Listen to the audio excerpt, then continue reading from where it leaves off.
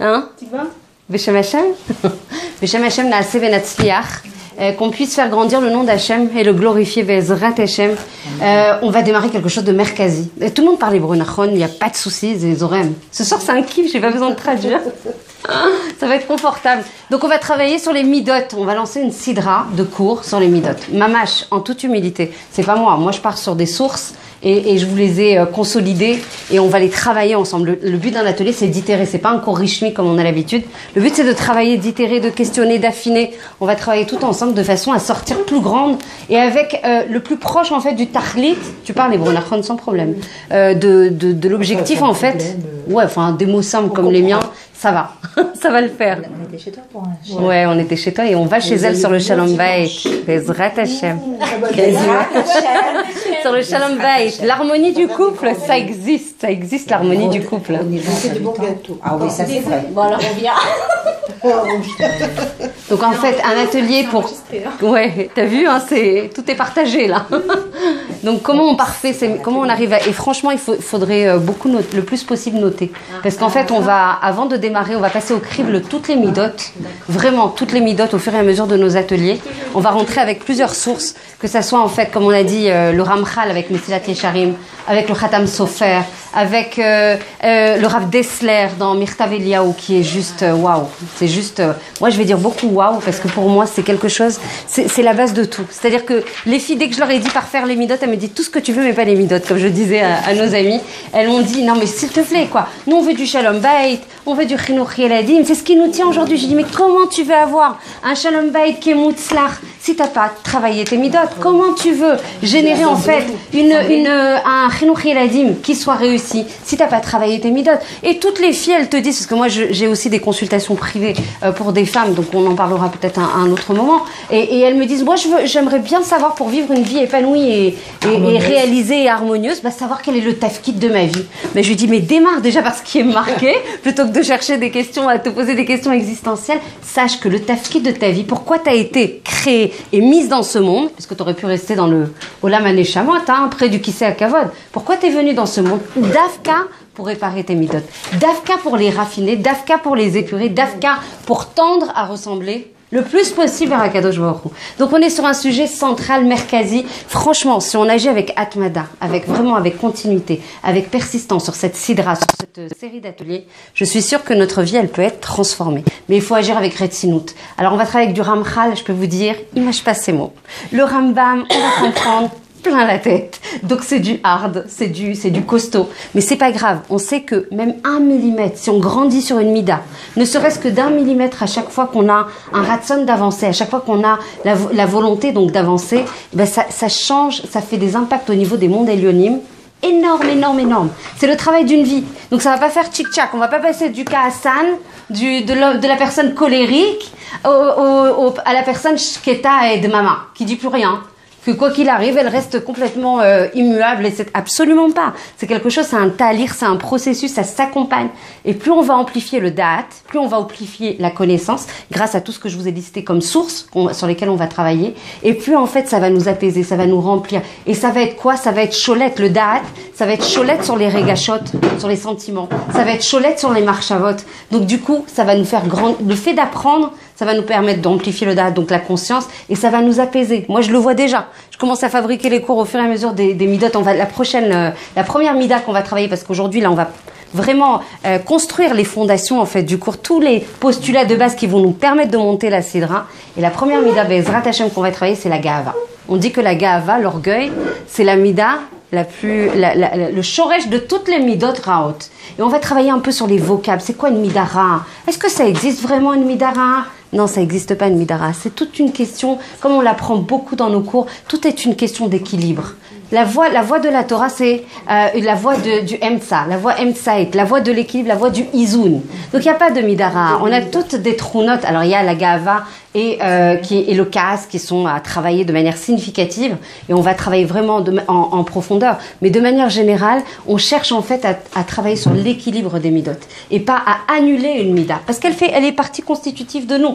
Hachem nous a créés avec. Donc même quelqu'un qui est colérique et qui est plein d'enthousiasme, des fois en fait à la base il a plein d'énergie, il est Esh, on va dire qu'il va partir en fait de cet élément qui est le Esh, qui est le feu, et ben même ça peut être canalisé, même ça peut être orienté. Donc en fait une mida c'est justement un élément de mesure. Mida, de la chaîne nimdad. Un homme va être mesuré, va être jaugé par rapport à, tu es arrivé à l'instant où tu es né avec une kamout de temps en termes de ga'ava, et on va voir à 120 ans quand tu vas rendre din vecheshbon, à combien tu sors.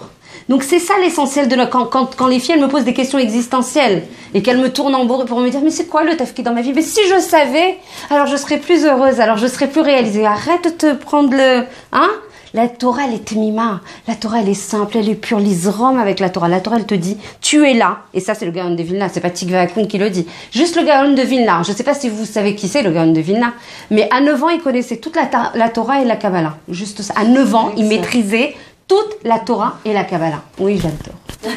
Ça me porte, j'adore ce collier. La Torah et la Kabbalah. Et à 13 ans, les Malachim le suppliaient pour étudier la Torah avec lui, pour vous dire la grandeur de cet homme. Et de ce Gaon, Zecher Tzadik Vekadosh Livracha, que son mérite puisse nous protéger. Et Amen.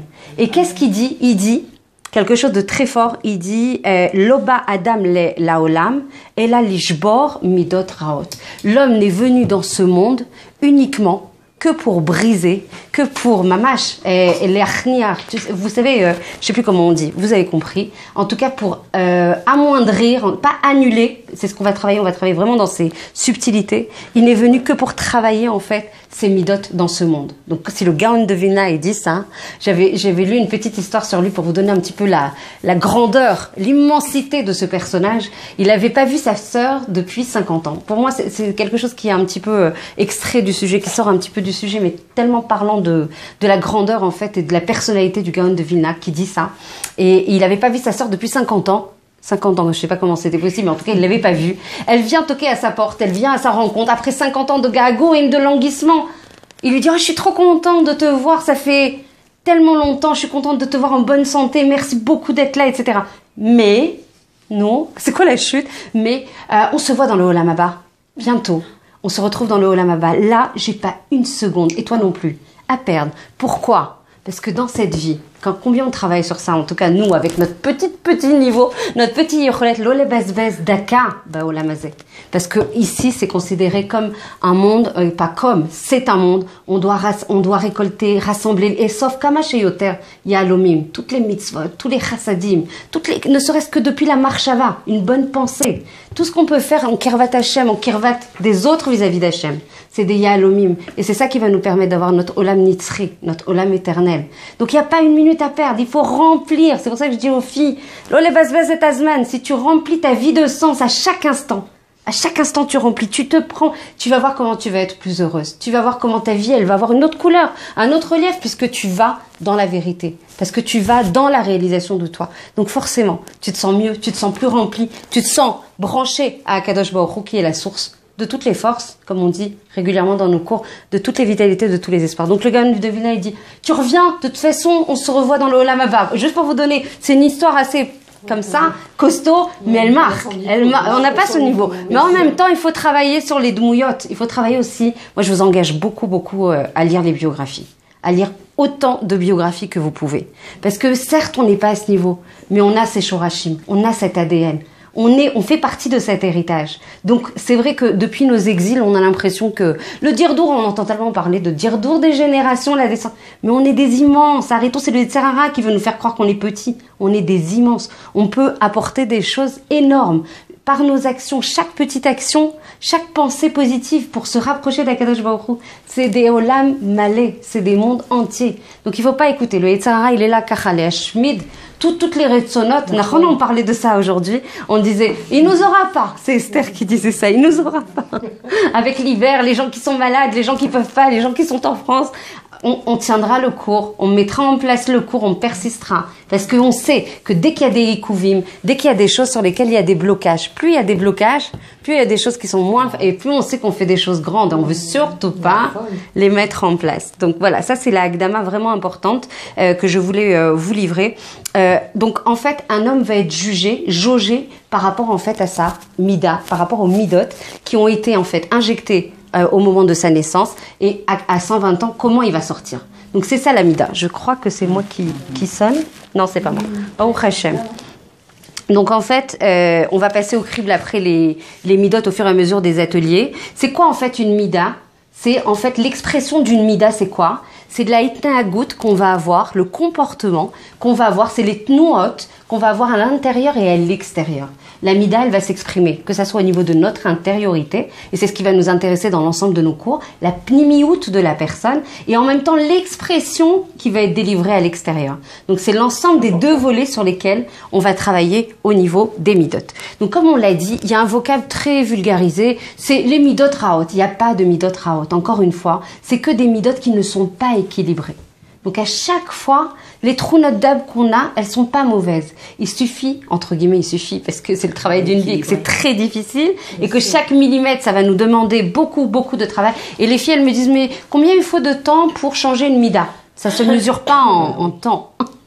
Ça se mesure en otzma de la avoda, de la force de la avoda, de la atmada, de la retsinut, de la shgacha pratique, de la siyata d'ishmaïa qu'on veut demander, betar, et surtout aussi la siyata d'ishmaïa, l'accompagnement d'Akadosh Baruch Hu qu'il faut demander pour que ça marche. Donc, il faut savoir que les gens, quand ils ont des fois des méthodes de kin'a, par exemple de jalousie, ou des méthodes de ga'ava, ou des méthodes de ka'as vis-à-vis des autres, ils ont l'impression qu'ils font du mal, ils savent en tout cas, pour certains, parce que tout le monde n'est pas conscient, qu'ils font du mal en fait à l'extérieur, aux gens qui les entourent, à leur sviva proche ou à leur sviva beaucoup plus éloigné. Mais ils font du mal à qui en premier? À eux-mêmes. Ils font du mal à eux-mêmes. Donc en fait, on dit qu'une personne où les midot raot, entre guillemets, vous avez compris qu'il n'y a pas de midot raot, mais par effet de langage, on va dire midot raot, pour faciliter la chose sur l'ensemble des ateliers. Donc les midot qui ne sont pas meouzanot, qui ne sont pas équilibrés, en fait, ça fait du mal à soi en premier. On dit qu'en fait, la personne qui est dirigée par ces midot raot, c'est les midot raot qui dirigent sa vie. Il n'a plus le contrôle de sa vie. Il est sous la shlita de ces midot raot. Donc en fait, il vit pas sa vie. Il vit pas une vie amitite. Il vit pas la réalisation de soi. Il passe à côté de sa vie. Donc du coup, en fait, on dit qu'il est achol mibiflim. Il est mangé à l'intérieur. Et on va voir les préjudices que ça cause. Et quand on va voir ce que dit le Rambam sur le sujet, lui, il va pas mâcher ses mots. Il va dire, celui qui ne travaille pas sur ses midot tous les jours, à chaque instant de sa vie, qui n'a pas compris, il est cholen nefesh. Ok, alors j'ai dit, attends, je leur dis pas. Mais oui, je leur dis. Parce que, il dit, mais c'est tellement préjudiciable pour sa vie, en fait, maintenant. Pour sa vie dans le Olam Haba, sur lequel on l'attend. Pourquoi on t'a donné 120 ans de vie? Je crois que t'es venu pour boire un cocktail et te mettre au bord de la mer. Non, on t'a demandé, comment? Ou Hawaï, parce que j'ai une amie qui devait être là avec nous et qui nous a envoyé un film de Hawaï, Myriam, qui m'a dit j'aurais adoré, mais je suis à Hawaï. J'ai dit ok, vas-y, partage avec nous. Donc du coup, on n'est pas là, on est là pour se réaliser. Donc forcément, si on prend pas conscience de l'amplitude du travail et de l'importance de ce travail, si on n'a pas cette conscience, on peut passer complètement à côté de sa vie. En fait, ce que j'adore dans cet atelier que tu nous as proposé, que ça apporte beaucoup de shefa, brachot, anoa, de hatzlacha, ton zivug agun, bezrat Hashem, que tu puisses bien te dire à ton khatan, non là c'est un cours de filles, tu dois sortir, là c'est pour les filles, amen, amen, que tu puisses vraiment recueillir tout ce que tu mérites, bezrat Hashem, dans toutes les hatzlachot, dans tous les domaines.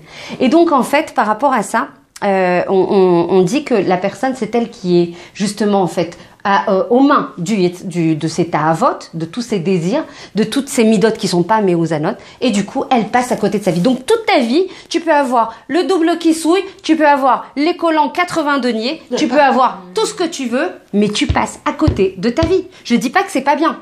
Chazve shalom. De pas les harichetze. C'est ikari. Aval, si toi-même à l'intérieur, t'es pas construit. Si toi-même, en fait, tu as toute cette ritsoniout, mais à l'intérieur, tu peux pas être un keli kiboul pour recevoir Akadosh Baruch Hu. Tu peux pas être un keli de réception d'Akadosh Baruch Hu parce que tes midot, elles sont pas pures, elles sont pas raffinées, elles tentent pas à ressembler vers Akadosh Baruch Hu.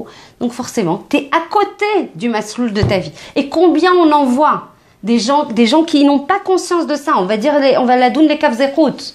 Aval, moi, je pense que il faut amplifier le date, que si on réalise pas ce travail qui demande des efforts très continus dans le temps, très persistants, qui demandent beaucoup d'avoda, parce que les trous notes, elles sont bien installées en nous, hein. Je sais pas si on les vit tous, on a toutes des qualités et toutes des défauts, c'est des choses que, à chaque fois on tombe. Aval zélo, c'est pas grave, hein, ça dit que c'est quoi? C'est pas quelqu'un qui est parfait. Sinon, on serait un malach. On serait pas dans ce monde. Donc, en fait, un tzaddik, c'est celui qui va faire l'effort, une fois qu'il est tombé, de dire oui, je suis tombé. Et je animitra retet, je fais tout le vidouille qui est nécessaire, etc. Mais je sais que je vais remonter sur le ring et que je vais me battre. Et c'est sur ces efforts qu'on a la valorisation. C'est sur ces efforts valent l'éternité. Mamash, Hachem, il comptabilise chaque effort, chaque millimètre, chaque marchava. Hachem, je veux avancer sur ça. T'as vu, moi, je tombe sur la colère, j'y arrive pas. Mais Aval, j'ai vraiment un ratson d'y arriver. Aide-moi. Combien il faut prier pour ça? Pour tout, il faut prier. Aval sur les midot, en safek. Et l'exemple qu'on va donner aux enfants. Et comment tu vas avoir un shalom bayit si toi, t'es pas dans la mida de vitour. Et t'es pas dans la mida de chesed vis-à-vis de ton mari. Tout est lié. C'est le sujet merkazi. On peut pas passer à côté. Donc moi, je dis que ce soir, on a un zéchout. Et on remercie Hachem pour ce zéchout de pouvoir étudier. C'est pas comme ça, mouvan me'elav, d'arriver à un shiur Torah et de se prendre en main et de se dire, ouais, moi je prends cet atelier et ce ratson. C'est comptabilisé de manière immense par Akadosh Baruch Hu. Donc vraiment, on peut le remercier d'être là.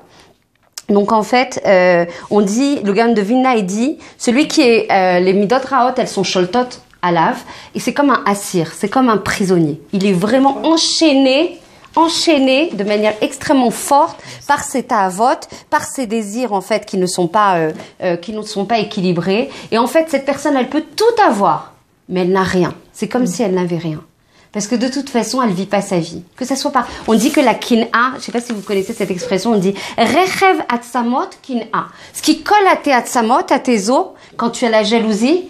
Tout est fermé, toute ta vie elle est fermée, tout est mourcave.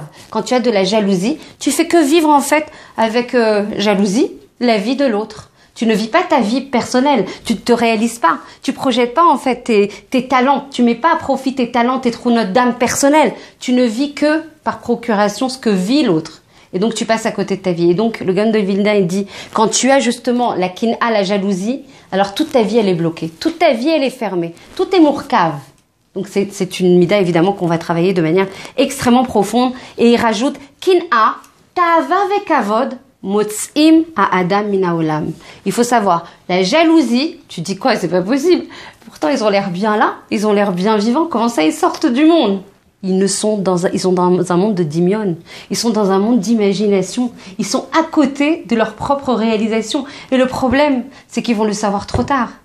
Donc nous, ce qu'on veut, c'est retrousser les manches. Nous, ce qu'on veut, c'est prendre conscience. Nous, ce qu'on veut, c'est travailler sur ce quoi on nous attend, pas sur ce qu'on veut. Le problème, c'est que la Avodat Hashem, nous, on a envie de faire, moi, voilà, je fais les chumrot sur tel domaine. Je dis pas encore une fois, chas v'shalom, ani lo mezalzel et alze. Viens, on fait la Avodat Hashem qu'Hachem attend de nous. Viens, on se concentre sur les attendus qu'Hachem attend de nous. Plutôt que de se disperser dans... Encore une fois, il faut travailler sur les yesod, les fondations. Parce que pour construire une avodat Hashem, c'est un édifice. C'est quelque chose qu'on construit dans le temps. C'est un processus. Il n'y a pas de tchouva comme ça. On en a parlé plein de fois dans nos cours. C'est des halichot. C'est des tsahadim. C'est des processus. Donc si on doit augmenter et les karev, veliyot vuka, kama sheyoter, d'être collé à Kadosh Baruch Hu, c'est ça l'objectif. Comment tu veux être collé à Kadosh Baruch Hu si tu travailles pas tes midot? Tu vois une pièce du puzzle complètement tordue et une autre pièce du puzzle et tu crois que ça va s'emboîter? Yefcha. Donc Dvuka, c'est collé fusionnel avec Akadosh Baruch Hu.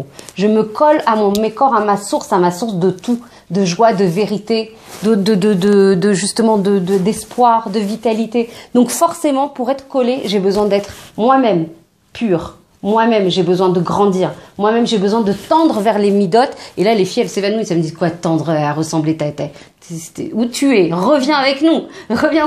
Quoi, tendre à ressembler? Mais c'est bien l'objectif.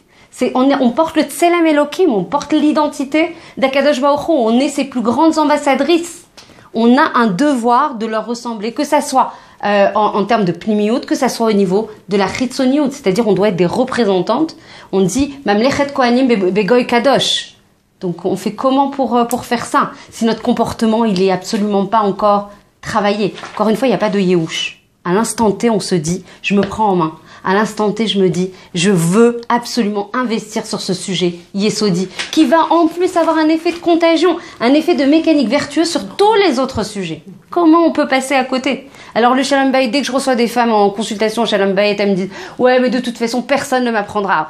Moi, je sais très bien ce que je subis dans la journée, hein, donc c'est bon, hein. C'est ça. Le Baal Shem Tov, il dit, Zecher Tzadik le Kadosh Ibracha, il dit que la Mida Ra'a, entre guillemets, et encore une fois, j'ai du mal avec ce Mida Ra'a parce que ça n'existe pas, qui est Sholetet à la Olam avant la venue du Mashiach, c'est la Gava.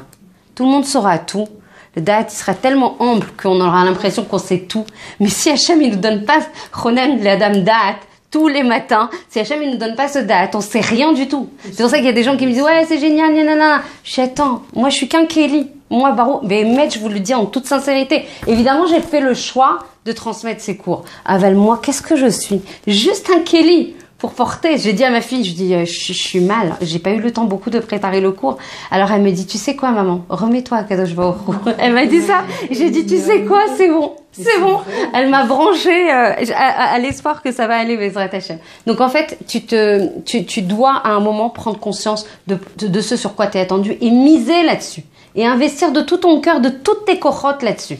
Sans les vater, même si c'est difficile. Parce qu'on va aborder des choses difficiles au fur et à mesure, vu ce que j'ai vu, qu'on va étudier Bezrat Hashem. Des fois, ça va secouer. Aval, on est là pour travailler. On est là, oui. Alors, tu dis que c'est un travail de toute une vie. Hein. Nahon. Ça veut dire qu'on va être à la fin collé à la fin.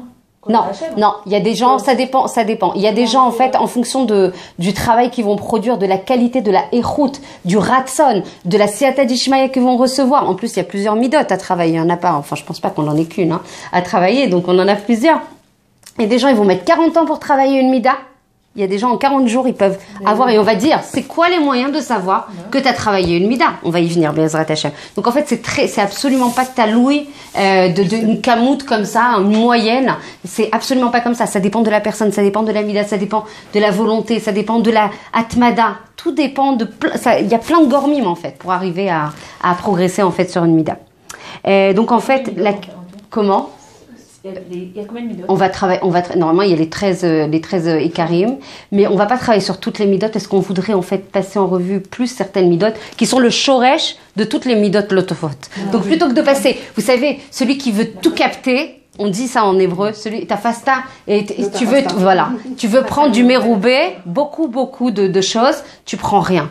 Donc venez, on focalise notre esprit, venez, on se concentre, venez, on prend là où justement ça fait très très mal et où il y a un effet de contagion après sur les autres choses. Plutôt que de tout, d'exhaustivement tout adresser, ça ne veut pas dire qu'on ne refera pas après. De toute façon, il faut toujours, c'est le travail d'une vie, donc il y aura toujours des chazarot. Comme sur les lois de la Tzniout, Noah, les 40 jours. Il faudra les reprendre bientôt. Bezrat Hashem, je suis sûre que ça vous fait un grand plaisir. Donc, le Baal Shem Tov, il dit donc, avant le Mashiach, c'est la Gava qu'il va falloir traiter. Vraiment, c'est celle qui va être la plus prédominante, prépondérante, c'est la Gava, sur laquelle il va falloir mettre l'accent très très très fort. Donc c'est pour ça qu'on va démarrer par la Gava lors de la prochaine session Bezrat Hashem. Il faut savoir, au niveau de notre fonctionnement, comme on a dit dans le dernier cours, je ne sais plus chez qui on était, on a parlé de savoir comment nous, on fonctionnait. Une machine, un espresso comme Noah A ou n'importe quelle machine un peu plus sophistiquée que ça, il a besoin de horaot, il a besoin de consignes. Ben nous aussi, on doit savoir comment on fonctionne. Nous aussi, on doit se connaître. On doit connaître nos mécanismes de fonctionnement qui sont énoncés dans la Torah, puisque la Torah, c'est le Sefer HaOraot, le Sefer des consignes. Et en fonction de ça, savoir comment on fonctionne et du coup, quels sont les moyens pour avoir un fonctionnement optimal. Quels sont les moyens pour avoir une vie plus heureuse, plus épanouie, plus proche d'Akadosh Baruch Hu, etc. Donc en fait, le Gaon de Vilna précise plusieurs choses. L'homme est composé en fait de 3 halakim, d'accord? Le gouf, c'est quoi ça? Le morceau de steak. La halbacha, c'est le vêtement qui est très kadosh aussi, puisque c'est celui qui protège en fait la neshama. Mais vous connaissez au niveau chimique, il y a 16 isodim, etc. Ça c'est des cours vraiment entiers sur le sujet. Donc la première halak de l'homme, c'est le gouf. Le deuxième chélek, très important à comprendre, c'est sur ça qu'on va travailler essentiellement, c'est le nefesh behemit.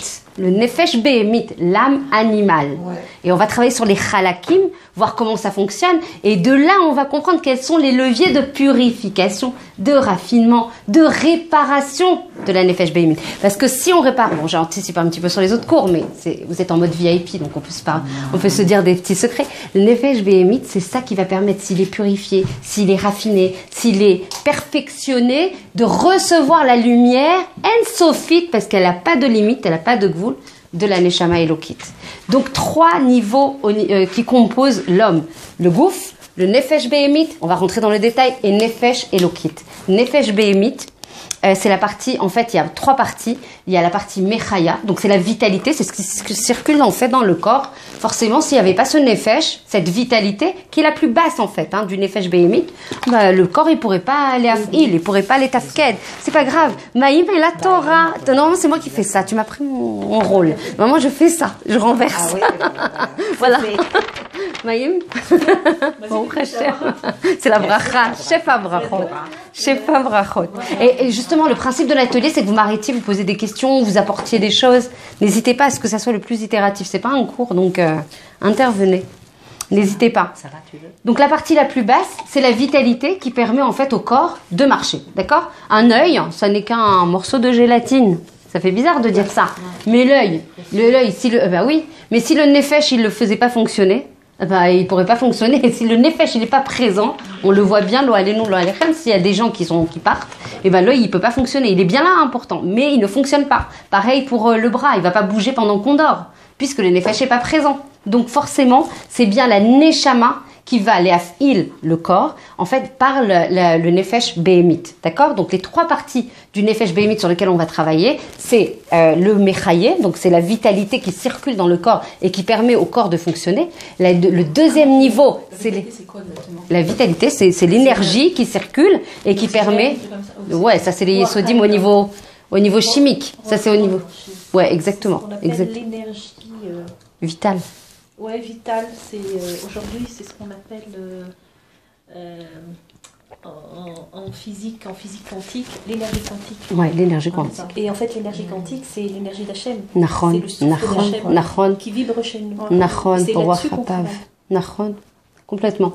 Donc ça, c'est la partie dans la nefesh behemit, la plus basse. C'est cette vitalité, c'est la plus basse. Après, on va monter au niveau des regashot, les sentiments qui sont aussi constitutifs du nefesh behemit. Le 3e niveau plus haut, c'est les marchavot. Combien on a travaillé sur les marchavot? L'union de la pensée, plus elle est kadosh, plus elle va induire justement des péoulotes, des activités kadosh. Tout est dirigé en fait par la pensée. Donc là, on est au niveau de la nefesh behemit. Et la 3e, je t'en prie. Juste rajouter une chose. Avec plaisir.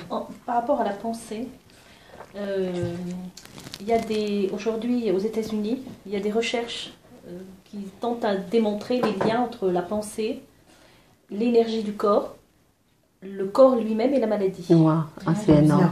Et très fort. Ouais, et on se rend compte, c'est quelqu'un qui s'appelle Dawson Church, qui travaille là-dessus à l'université de Harvard, et qui a démontré qu'en fait, chaque fois qu'on a une pensée positive, on déclenche la production d'hormones, d'abord des neuroprotéines qui vont aller déclencher des hormones qui vont augmenter notre simchat chaim. Ouais, mais ça m'étonne pas du tout. Et en faisant ça, on déclenche des immunoglobulines A et des processus de guérison. Donc de capacité justement à être protégé d'un point de vue... c'est énorme. Tout est moral et psychique. Tout le psyché en fait. Tout est nafshi. Oui, mais pas que pour les maladies graves, pour toutes les maladies. Même les virus.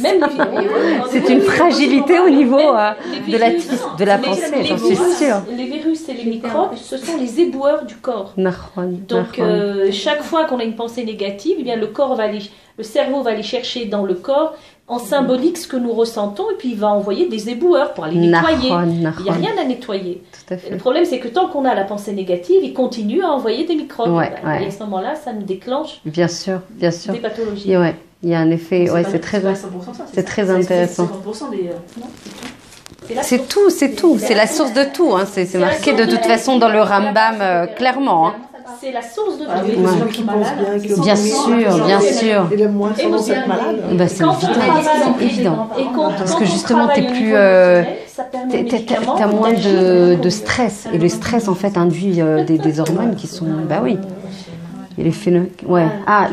Donc pour la réfoua chez les mains de Esther Bat Frecha, qu'elle ait une achlama meira bekarov mamash bezrat Hashem, et qu'elle puisse être en bonne santé là, miyad bezrat Hashem. Donc en fait, on continue. Merci beaucoup. Hein. Ça nous aide. Non, tu rigoles ou quoi? C'est juste l'objectif. Hein. Ah non, on ne sera pas désolé. Ouais, complètement. Dibour et Mas, complètement. C'est ce qu'on n'a pas arrêté de répéter dans nos shiurim du Shabbat. C'est kol kach chauve de concentrer, d'être bérikou sur des marchavot positives. Ça change toute la vie, ça change toutes les actions, ça change toutes nos péolotes en fait. Donc bon, il y a un travail justement de canaliser, d'orienter. Ça se fait pas encore une fois. Mais en même temps, tout ce qui, en fait, à chaque fois qu'on veut avoir des yeshuot, des grandes yeshuot, d'avoir une vie, la yeshuot, c'est déjà d'avoir sa geoula personnelle et d'être épanoui dans sa vie. Tout se paye. Il n'y a rien qui arrive par hasard. Ça se paye avec un méchir, donc c'est difficile. Parce que tu atteins des choses énormes. Rien n'est facile parce que justement tu veux absolument avoir des pensées positives, tu as automatiquement. Bah oui, mais il sert à rien, il est là pour te dézinguer la tête. Surtout. Bah oui, parce qu'il sait que de là. Moi, je te donne un exemple. Je me travaille énormément lorsque j'appelle ma fille qui est journaliste. Ça fait pas longtemps qu'elle est là et que bon, j'ai eu beaucoup de soucis de la voir au téléphone et tout ça. Aujourd'hui, quand elle ne me répond pas, je sais qu'elle travaille. Je me force à avoir des pensées positives. Eh ben non, je vais avoir des pensées. Ouais, oh là là, où est-ce qu'elle est? Est-ce qu'elle n'est pas tombée dans tu dois reconcentrer tes. Ça, c'est le koach hadimion. C'est le koach. La première chose, c'est de travailler les midotes qui sont associées à ça. C'est clair. Première chose. Et deuxième chose, il y a une technique. Ah, dis-moi. Qui est extraordinaire, qui a été développée ces dernières années. En fait, c'est pas pour rien qu'on respire. Akadosh Baruch Hu, il nous a donné cette fonction de respiration qui est aussi une fonction de guérison. Comment on respire? En fait, on inspire profondément. Ouais. Et on gonfle le ventre, on bloque et on relâche en rentrant le ventre profondément. À ce moment-là, qu'est-ce qu'on fait? On dilate le diaphragme. Et quand on dilate le diaphragme, on reprovoque ces hormones de la joie et on déclenche les immunoglobulines. Bah, tu sais ce que tu dois faire, et ça déclenche de la détente et ça libère les pensées. Ouais. Donc dès que vous sentez qu'il y a première pensée qui monte, on respire. Je sens que ça va faire un tollé là sur YouTube. Sur la respiration, comment respirer? Mais j'adore, t'as tellement raison. T'as tellement raison, on se rend compte. Hein. Vas-y, t'es stressée. Bah oui. Je l'ai pas inventé. Ah bah c'est clair. C'est des choses éprouvées. Si elle étudie ça justement, elle me le dit. Des fois, je dis bon. Mais c'est prouvé, hein. C'est satisfait ou remboursé, là. Tu peux y aller, hein. Allez, c'est vrai, ça aide. Mais de toute façon, c'est le mec. Même que la pensée commence, de respirer, ça libère, mais ça nous libère même la nuque, les épaules. Ça libère et c'est bon. Il y en a bien besoin. Il y en a bien besoin. Ça fait le massage. C'est clair. Bon, c'est bon là. Tu le fais déjà. Tu le fais. Elle a commencé l'exercice là. Commence. Je crois qu'on a du boulot.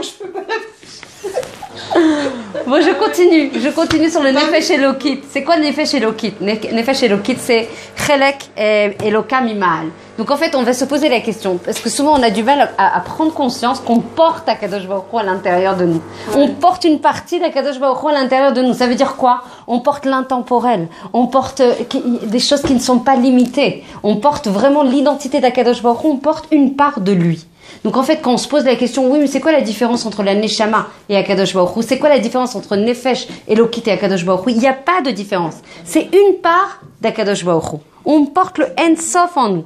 Donc quand les gens me disent, je ne sais pas si je suis capable, je ne sais pas si j'aurai la possibilité de, je ne sais pas si je suis à ce niveau, on ne peut pas entendre ça. Pour qu'on porte des forces atsumot, infinies, qui ne sont pas mukbalot, qui ne sont pas limitées, ni dans le temps, ni dans l'espace, et ça s'arrête jamais. Ce hors Ein-Sof, on fera des cours Bezrat Hashem, c'est tellement important de comprendre c'est quoi cette lumière infinie qu'Hachem nous donne à chaque instant. Il nous a créés dans ce monde pour nous donner. pour être tov ou métiv. Donc en fait, on doit être juste, entre guillemets, un keli kiboul, un réceptacle. Mais cette lumière, elle est tout le temps là. C'est Yeshua qu'on attend toutes incroyablement. Avec tellement de persistance, avec tellement des fois de chas v'shalom, de désespoir. Cette lumière-là est différente d'une personne à une autre? Ben oui, en fonction de ta capacité à recevoir. En fait, la lumière, elle descend de toute façon. Que tu puisses après la recevoir, c'est ton travail à toi, justement. Ton travail de midot pour être un keli zar, un keli pur, un keli qui soit suffisamment aussi rachav, qui soit suffisamment ample pour saisir les roses kama sheyoter. Plus ton keli il est pur, plus il est solide, moins il y a de pores comme ça. Il y a plein de choses qui empêchent. On a étudié beaucoup là-dessus sur la tsniout, le lashon hara, qui est gorem, qui permet pas forcément de saisir toutes ces or en-sofi qui descend. Si ton keli il est zar, il est suffisamment ample, il est rachav, et il permet de recevoir la lumière, elle descend vers toi. Juste travaille sur toi pour permettre cette réception. C'est une histoire vraiment, ceux qui font la physique et qui font de la physique, etc. C'est vraiment une mécanique, justement, d'action, réception. Vraiment, t'as un shefa qui descend, tu peux avoir la capacité de le prendre, encore faut-il être un keli capable de recevoir. Et ça, c'est un sod énorme. Et ça va même plus loin que ça. Une femme qui s'appelle Candace Pert, qui est une juive, chercheure américaine. C'est elle la première qui a découvert les neuroprotéines dans le cerveau et elle a démontré qu'il existait dans les cellules des tubules qui remontent comme ça vers, elle appelle ça l'univers, et quand on prie ou quand on médite, elle vibre. Wow, et les gens qui sont dans la tristesse, les tubules, elles se referment, elles se contractent. Hein. Aïe, aïe, aïe. C'est trop beau, elle est trop belle. La complexité. Mais il y a tout dans la personne, il y a juste à regarder. Quoi. Tout le méda, ouais, au fur et à mesure. Ouais. Que juste confirmer. Il faut confirmer. Quand vous dites il faut s'ouvrir. En fait, vous êtes en train de dire qu'il faut se déposséder de la notion de possession. Comme si que genre notre ratson il est que à nous, notre volonté elle est que à nous. Se dire, bah non, on n'a pas en fait de volonté propre. Bien sûr qu'on a une volonté propre. Non, de volonté propre dans le sens de volonté limitée. Quand on a une volonté propre, on peut dire, je peux pas y arriver. Mais du moment qu'on sait qu'en fait, consciemment, c'est pas nous-mêmes, on est une partie de la J'adore, ouais, complètement. Tu as tout à fait raison. Tu peux me tutoyer. Hein. En fait, tu as complètement raison. En fait, nous, on est comme ça dans un corps qui est moukbal, qui est limité. Exactement. Mais quand on prend conscience, en fait, c'est une question de date. Tout est une question de conscience. Ouais. Quand tu prends conscience que tu es investi d'une partie, Mimal à Teva, mais Chelek Eloka Mimal, ça veut dire d'une partie d'Akadosh Baruch Hu, au-dessus de tout, qui dépasse les limites de notre monde, et que tu portes ces forces qui sont intemporelles, infinies, qui dépendent pas de l'espace et qui sont continues dans le temps. Il n'y a pas de hafsaka. Il n'y a pas de temps. Il n'y a pas de. Ben oui. Ben bien sûr. Mais complètement. T'as tout compris. T'as intégré le yesod de tout. Voilà, on peut plier, on peut les boire en verre. Mais t'as tout compris. Allez. Aval Béhémet, je suis très sérieuse. T'as tout synthétisé. C'est exactement. Arrêtons d'avoir une vision étriquée qui n'est que le fruit du Yetzer Hara et de nos exils aussi beaucoup. Et ce qu'on fait dans ces cours avec ma petite Yecholette, Mamash, en toute humilité, et on essaie de le faire le mieux possible avec le plus de sources et de simcha et de conscience, c'est qu'on est des giborot, on porte une massorette, un héritage de nos imaot et de le Rav Pinkus Zecher Tzadik Kadosh Livracha, il dit des choses mais tellement fortes, il dit à chaque instant de nos vies, on doit se poser la question, quand est-ce que nos actes peuvent ressembler à nos avot et nos imaot. Et là, t'as toutes les personnes du cours de Shabbat qui s'expriment, mais ouais, non, mais t'as raison, là. Elle a vu quoi à Shabbat midi? C'est exactement ça. Il faut se le dire. Il faut les chalanet, c'est comme les enfants. Il faut se le répéter. On est des grandes, on a des forces, on a des forces. Le contraire du gvoul, le contraire de la limite. Il faut juste prendre conscience et se laisser aussi. Mais nous sommes construits de ça. Exactement, puisqu'on dit. Mais complètement. C'est toi qui te. C'est nous qui nous limitons. Puisqu'en fait, comme on le dit là, c'est constitutif. Ça fait partie de notre identité. Exactement. De nos cellules. Nachon, l'infini. Il y a eu des choses magnifiques sur l'ADN que tu nous avais, je sais plus quand est-ce qu'on avait reçu ces films justement, que le message sur l'identité de l'ADN, Nachon. Ouais. C'était beau. Hein. C'était, en fait, c'est une confirmation de tout le Echad. Finalement, on est en train de reboucler sur l'unicité. Il n'y a rien sans un Kadosh Baruch Hu et ça se. Et vous savez que 613, additionnez les chiffres, ça fait 6 plus 1 plus 3, ça fait 10. 10 c'est 10 commandements, et vous faites 1 plus 0 égale Echad. Ouais. Et c'est Yofi. On est contente que tu sois là. Bémet, c'est sérieux. Baruch Hashem. Donc il y a un shefa, il y a un Eron et un Or En Sofi. Il y a une abondance, une profusion de réfois. Combien j'ai étudié ça beaucoup avec sur du Zohar, notamment avec un rav qui s'appelle le rav Ashlof. Tout en hébreu, moi j'ai étudié qu'en hébreu et Ashlof. Et il disait, mais tout est présent. Toute la réfoua, elle est présente. Toutes les yeshuot, elles sont présentes.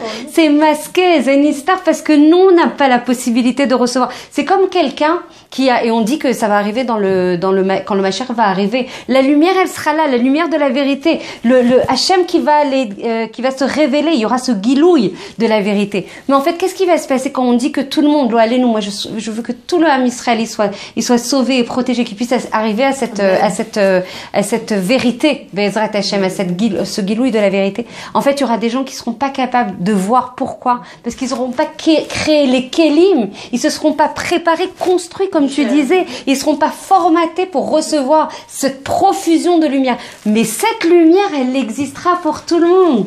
Comme en Mitzrayim, la lumière, il n'y avait pas de Makat Rocher, il y avait la lumière. Il y avait des gens qui n'étaient pas capables de recevoir ça, qui n'étaient pas capables. Et nous, on doit être là, avec Atmada, avec persistance et Retsinut, avec volonté, pour être un Kéli capable de recevoir cette lumière. Tout le travail de cette Sidra et tout notre travail d'Hachem, c'est ça. C'est d'être un Kéli capable de recevoir le Or En Sofi d'Akadosh Baruch Hu. C'est le but de la vie, c'est le target de la vie. Ce qui est extraordinaire que nous a donné Hachem, c'est qu'à chaque fois qu'on guérit ou qu'on se rapproche d'une mida, il sera à ce moment-là plus, on va dire, recyclé et rééquilibré, eh bien on guérit tout notre arbre généalogique. On guérit tout le monde. On guérit nos enfants, on guérit au-dessus et on guérit ceux à venir. Et ça, c'est extraordinaire. Ça, c'est extraordinaire. J'adore. Ça, je le vois tous les jours. C'est incroyable. Extraordinaire. C'est trop beau. C'est trop beau. Donc il y a un effet de contagion en fait beaucoup plus large que sur la simple personne. C'est trop fort. C'est Méodier fait. Non, mais de là remonter sur nos shorashim. Mais même, c'est ça qui m'intéresse. Oui, mais au niveau des enfants, d'accord. Mais attends, c'est quelque chose de beaucoup plus fort là. Attends, je capte ça. C'est nos ancêtres. Nos ancêtres, on voit que c'est les grands-parents qui sont encore vivants. Par exemple, on le voit chez eux. Alors que c'est l'arrière-petit-fils qui a 15 ans qui est en train de se soigner. L'arrière-grand-mère, elle va mieux. Et c'est ça, ça veut dire qu'encore au-dessus. Parce que si elle va mieux, c'est qu'au-dessus encore elle est il y a un effet de contagion vertueuse, c'est trop fort. Mais c'est tout mais on se rend pas compte. En fait, tout l'arbre généalogique qui est guéri. Commencé le cours. La Avodat en fait, ça amène en fait du shalom à la personne. Mais complètement. Du shalom avec soi-même. Il avait fait un sefer de refoua, de médicaments qu'il avait enlevé. Il avait dit le seul médicament que les gens ils doivent comprendre, c'est le shalom. C'est si chacun il est béchalom avec lui-même. C'est évident. Mais t'es clair. Mais c'est évident. Si t'es cohérent, t'es mouchlemet avec toi-même. Mais c'est évident. T'es cohérent, t'as pas de force de milchama intérieure, de forces qui sont mitnagdot, alors que t'as qu'une envie, c'est que ça avance dans le même kivoun. Si tu avances dans le même kivoun, ta neshama, donc ta neshama, ton nefesh eloki et ton nefesh BMI vont dans le même sens. Déjà, t'as une capacité à démultiplier tes forces. Donc du coup, t'es plus armé, t'es plus outillé pour aborder la vie et réaliser tes projets, plutôt que d'avoir à gérer des forces qui s'opposent, parce que c'est une milchama tmidit, c'est une milchama persistante de tous les instants. Que par rapport à les gens autour de nous, mais en fait, mais non. Et d'abord, tu sais quoi? En fait, ça démarre par nous. Parce que si nous on est construit, si nous on est béchalom avec nous, il y aura forcément un effet de contagion. D'abord, il y aura un exemple ici, il y aura un effet en fait où justement on sera zen avec nous-mêmes, donc on n'aura pas besoin d'imposer. Parce que souvent, en fait, et on va en parler, souvent ce qui est bolette, ce qui est criant, c'est quand on affirme haut et fort des choses parce qu'on n'est pas bien. En fait, c'est parce qu'on est khalacha à l'intérieur. Ce qui est bolette à l'extérieur, ce qui s'exprime à l'extérieur comme quelque chose de fort et de, tu vois, akshan, et des fois makpid, etc. C'est dafka quand on veut éduquer un enfant et qu'on crie, etc. Est-ce qu'on l'éduque vraiment comme ça? Non, surtout pas. Surtout pas. Hein? On en sort, c'est ça. Donc en fait, justement, quand on est makpid, c'est le contraire du chinour. Parce que justement, on est en train de pousser des traits sur lesquels en fait nous-mêmes, et les enfants ils sont pas éduqués du tout, et sur lesquels on a des roulchottes à l'intérieur. Donc ce qui sort comme vraiment des traits très forts, très insistants, très criants comme ça, ce qui est bolette à l'extérieur, c'est dafka, ce qui est khalash à l'intérieur. Donc ça veut dire qu'on va avoir un moyen, une clé pour savoir sur quoi on doit bosser. Les enfants. Les enfants, on dit que les enfants, ce sont nos bonaïrs, ce sont nos constructeurs. C'est nos adolescents. Je suis en plein dedans là. Si tu savais. Ah mais ils sont fortiches. Toi, t'as encore des enfants en bas âge. Moi, j'ai que des adolescents et je peux te dire que je le vis. La prière où on dit Altikra, n'appelle pas tes enfants, appelle-les tes constructeurs. Je sais pas comment vous dire comment je le sens. J'ai même pas de problème de kavana dans cette phrase de la fille là. J'ai pas de problème. Je le vis par tous les pores de ma peau. Que c'est bien des constructeurs. Moi, j'ai été voir un médecin il y a très longtemps quand j'avais un petit peu de soucis avec mes ados. Il m'avait sorti une expression en arabe que je ne saurais pas répéter, mais qui voulait dire un enfant, quand il est petit, tu lui apprends à marcher, tu lui apprends à parler. Ah, maman, t'as vu, il a dit maman, t'as vu, il a dit papa. Mitlavim. Tout heureux, etc. Mais quand ils sont grands, eux, ils apprennent à te taire. Ah ouais, c'est clair. C'est quoi, Hashtika? Maman, c'est joli. C'est joliment dit. Ah oui, c'est des vrais formateurs. Il n'y a pas de safek là-dessus. Donc le nefesh eloki, c'est quelque chose qui vient du kissé, en dessous du kissé à kavod. D'accord? Donc c'est l'omugbal.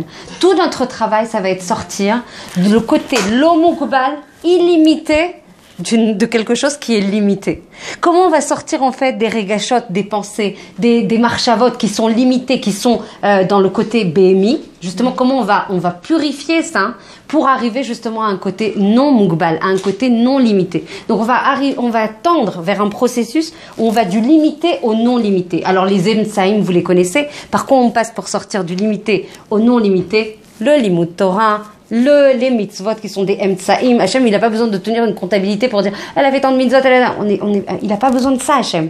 Nous, on a une vision tellement réduite, étriquée. Si on prenait le sens, en fait, de ce qu'Hachem attend de nous, mais on serait en train de sauter de joie. Tellement c'est que pour nous. C'est pour nous réaliser, c'est pour nous permettre de grandir, c'est pour nous permettre de nous coller à lui. Donc en fait, les mitzvot qui nous paraissent des fois tellement contraignantes, combien de femmes qui me disent waouh, c'est quoi ce seder ayom que tu nous proposes? Je ne propose rien d'ailleurs, moi je sais que transmettre, mais c'est des choses qui nous permettent d'être en kécher justement constant, d'être collé à Kadosh Baruch Hu, de récupérer toutes ses forces, etc.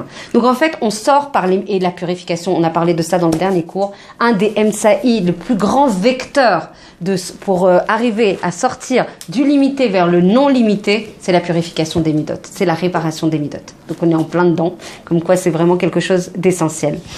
Donc en fait on doit, et on dit, et le Gaon de Vilna continue à dire que la purification des midot va permettre de construire on dit qu'on est tous un bet amigdash. Si on purifie en fait ces midot, on est capable d'avoir la hashra'a, donc la capacité à faire résider la shrina en nous. Ça vous tente? Franchement, c'est pas trop beau de dire que plus tu vas travailler tes midot, encore une fois, c'est pas du one shot, c'est pas du khat pe'ami, c'est pas quelque chose en fait qui va se faire aujourd'hui je suis à l'instant T ici et demain je serai là. C'est quelque chose, mais chaque tsa'ad va nous rapprocher d'Akadosh Baruch Hu. Chaque tsa'ad va nous permettre d'avoir un keli kiboul beaucoup plus pur, beaucoup plus fort, beaucoup plus atsoum pour recevoir Akadosh Baruch Hu. Ça vaut tellement le coup. On peut pas passer à côté puisqu'on est justement attendu là-dessus. Et donc du coup la personne comment? Mais on est là pour bosser. Le jour où on comprendra qu'on est là pour bosser dans ce monde, la vie elle changera, les gammes. Et je pense que c'est mon leitmotiv tellement je retrousse les manches. Voilà. Et donc en fait la personne elle va travailler sur son date, elle va travailler à être encore plus proche du Emet qui est là. La Chotemet, qui est le tampon d'Akadosh Baruch Hu. Si on veut être proche d'Akadosh Baruch Hu, il faut déjà qu'on soit, tu le disais très bien, il faut déjà qu'on se connaisse soi, il faut déjà qu'on soit en shalom avec soi, il faut déjà qu'on ait aussi de l'indulgence et de la tolérance et de la bienveillance avec soi. Combien on n'en a pas, nous les femmes? Et là, je me remets à toi parce que c'est pas mon job, mais moi, je vois des femmes en consultation. Je suis ni psychothérapeute, ni psychiatre, ni quoi que ce soit, mais je travaille en fait sur les mécors et j'essaye de leur donner cette simchat chaim juste avec la Torah. Et juste, encore une fois, c'est pas le bon mot. Parce qu'il y a tout dans la Torah. Il n'y a pas besoin.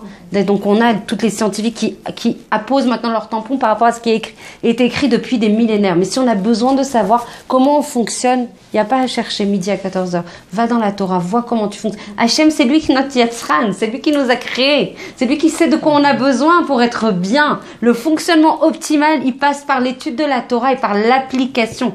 que l'on puisse avoir le zérout d'étudier ce soir pour appliquer Be'ezrat Hashem. Encore une fois, là on est sur les postulats de base et après ça va être de plus en plus vraiment dans la... On va rentrer dans le vif du sujet Tachles et on va travailler en fait sur les midot.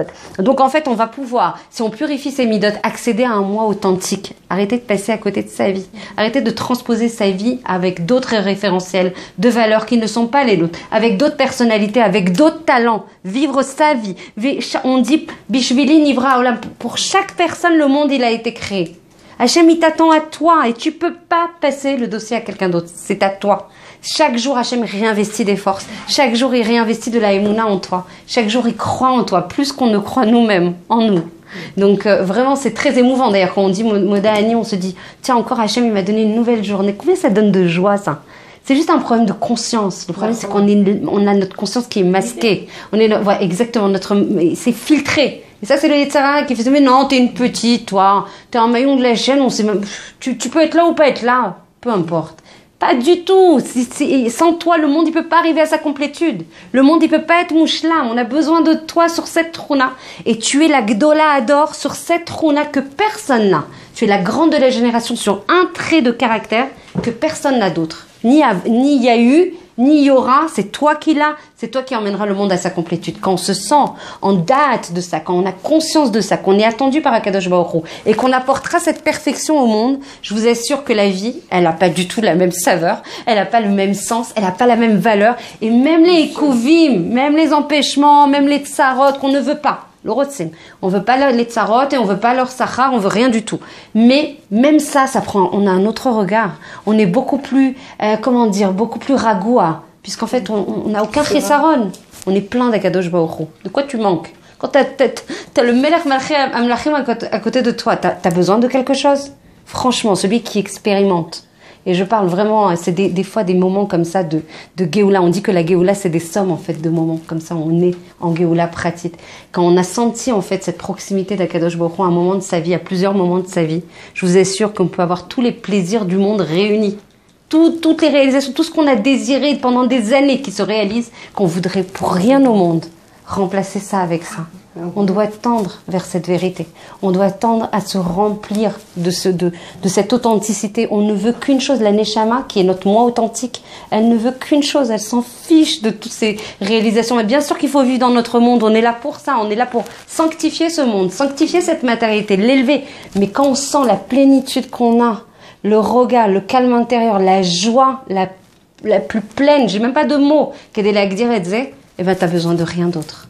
Donc quand tu as eu ces moments comme ça, ils te tiennent ces moments-là, même quand tu as des moments difficiles. Parce que tu sais que ça va être cyclique, c'est des marzorim, ça va passer.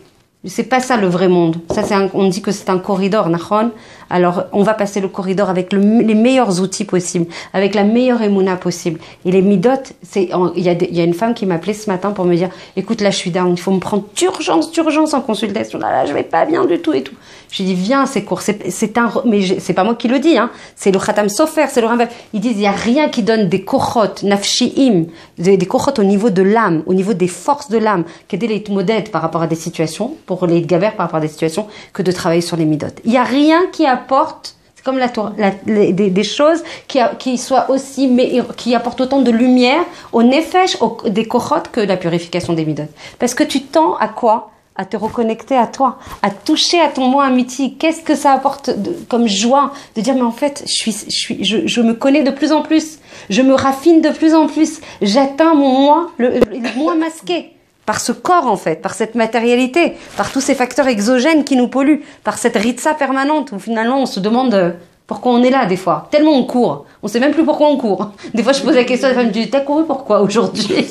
Elle vaille qu'on sache des fois pourquoi on court. Et c'est ça le Yetzara. Le Yetzara, il veut te créer un bilboul. Où sont tes priorités? Combien de fois on travaille là-dessus? Le Seder Adifut. C'est quoi tes priorités? Tu te lèves, tu fais Modani. Tu dis, c'est quoi ma priorité aujourd'hui? Comment je fais rentrer Akadosh Baruch Hu dans ma vie aujourd'hui? Quels sont les moyens dans mon monde, dans mon travail, etc. Je fais rentrer Akadosh Baruch Hu. Et chaque chose, ça va? Tu m'attends.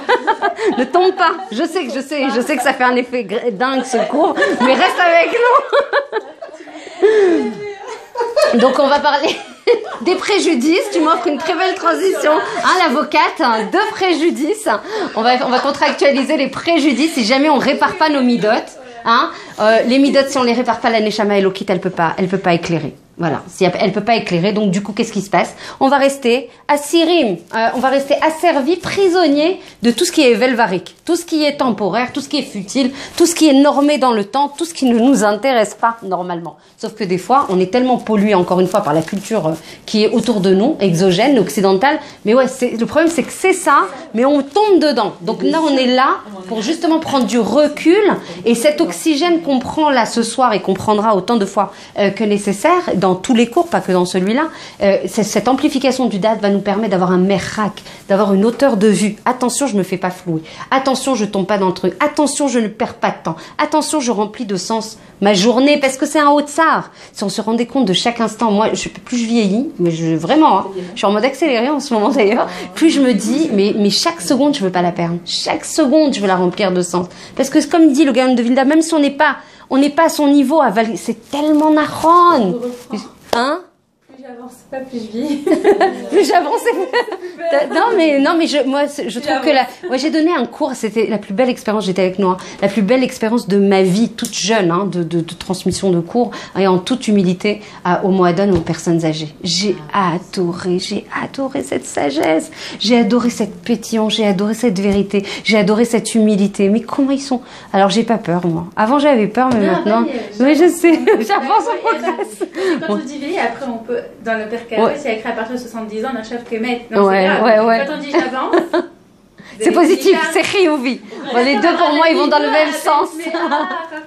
Moi, ils vont dans le même jusqu'à 120 ans pour tout le monde. Bezrat Hashem. On change. Ouais, mais on grandit. Non, parce que quand tu te réalises, tu dis, en plus quand tu prends conscience que cette vie, elle est juste. Bon, après c'est une façon de voir la chose. Moi, j'avais très très peur de la mort. J'avais très très peur. J'ai été tétanisée par ça. J'allais même pas à des enterrements. J'étais complètement figée sur place. Bon, j'essaye je reste juste au SPD, mais après je suis là, en tout cas qui est pas conseillé. Ouais, mais quand tu vois, enfin moi j'étais tétanisée de voir un corps, etc. J'étais complètement.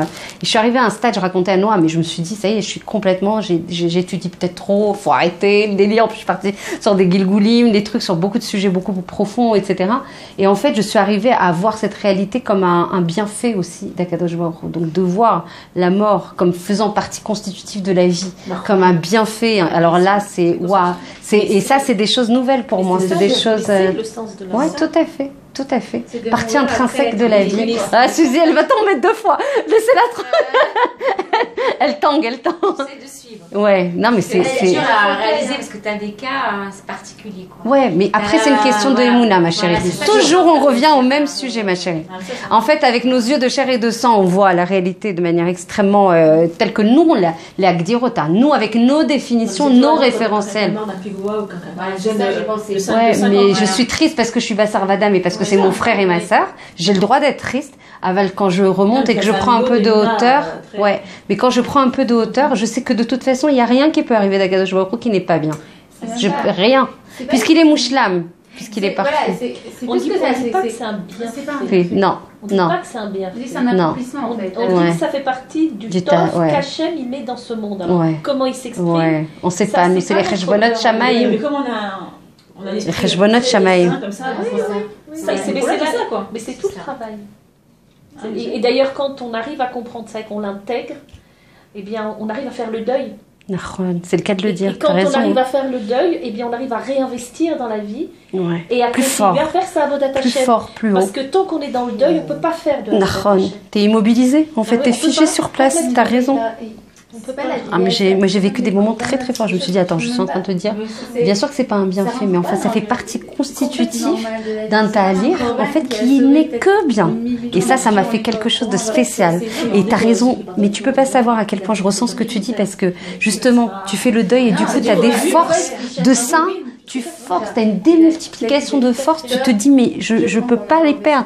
Tu vois la nature différemment, tu as un autre regard renouvelé par rapport à tout ce qui t'entoure. Oui, tout à fait. Et toute la démarche de deuil que nous vivons, les 7 jours, tout est prévu. Toute cette démarche, c'est pour nous amener au réinvestissement pas rester dedans. D'ailleurs, c'est une halakha. On n'a pas le droit. Tout est normé, c'est trop beau. Mais tout ça, c'est un... Tout est hyper prévu. La simcha. C'est fait, et c'est uniquement fait. Non, mais c'est d'une beauté, d'une méticoute.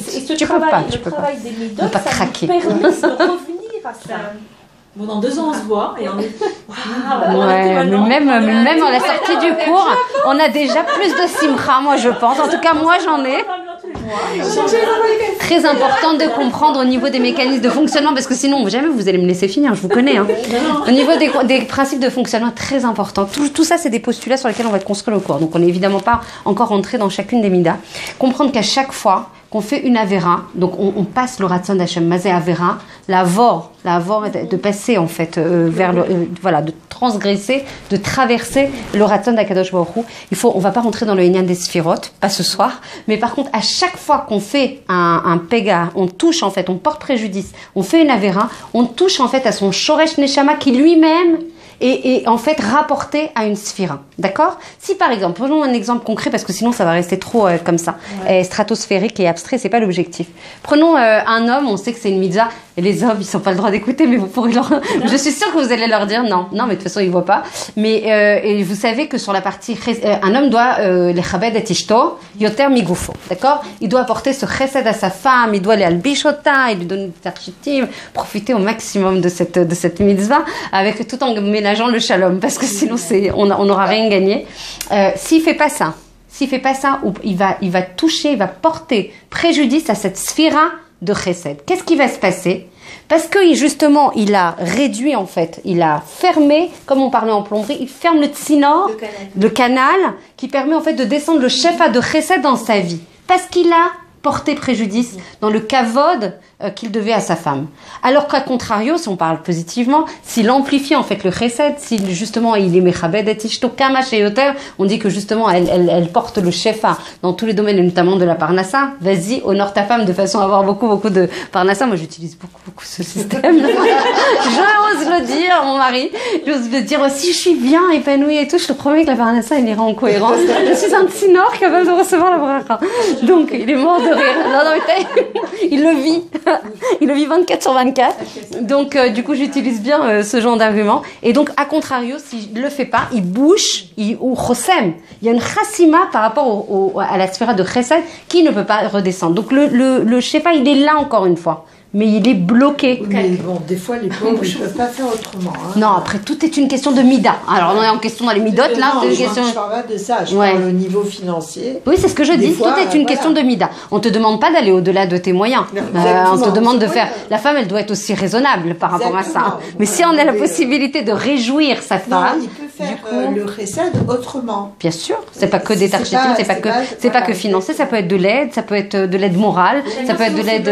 Exactement. Exactement. Mes besoins à moi, ça va pas être les besoins de ma soeur ou ma cousine qui s'est mariée avec son mari. Chaque mari doit regarder les besoins de sa femme pour avoir le shefa. C'est à spécifier. Moi, je veux pas la voiture, je veux rien du tout, je veux juste que tu sois à la maison. Exactement.